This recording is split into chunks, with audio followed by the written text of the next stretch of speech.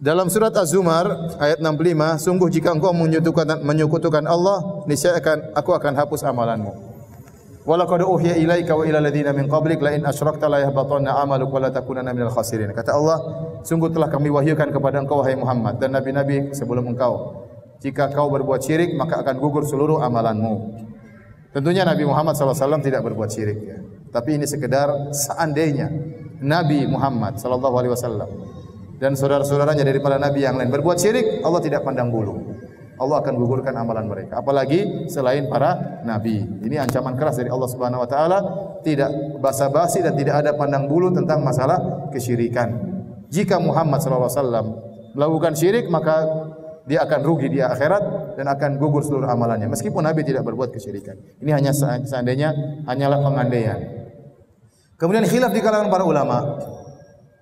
Jika seorang muslim melakukan amalan soleh, misalnya 20 tahun, dia haji, dia umrah, dia bersedekah, kemudian terjerumus dalam syirik akbar, berdoa kepada mayat, menyembelih untuk jin misalnya, apakah pahala dia selama 20 tahun gugur, kemudian dia bertobat akhirnya harus mulai lagi dari nol?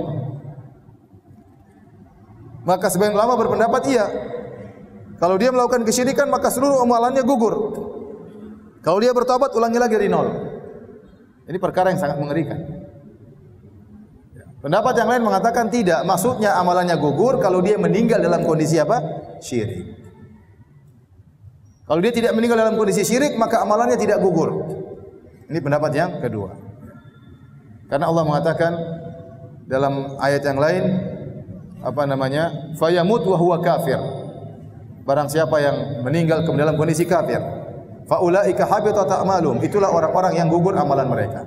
Sehingga kalau kita bawakan kepada ayat tersebut, maka ayat tentang gugurnya amalan-amalan soleh itu maksudnya kalau dia meninggal dalam kondisi apa? Syirik.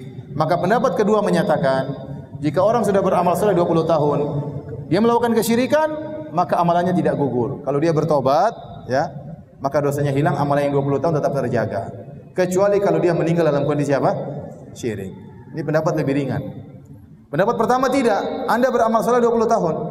Anda syirik, gugur semua. Anda bertobat, ulangi lagi dari nol. Ini mengerikan. Wallahu a'lam bishawab. Saya lebih condong pada pendapat kedua. Namun kita tetap harus hati-hati, jangan sampai terjerumus dalam syirik. Karena ya berbahaya, bisa jadi amalan kita langsung gugur seluruhnya. Demikian hadirin dan hadirat kajian kita, insyaallah kita lanjutkan pada pekan depan dengan izin Allah Subhanahu wa taala. Wabillahi taufiq wal hidayah. Assalamualaikum warahmatullahi wabarakatuh.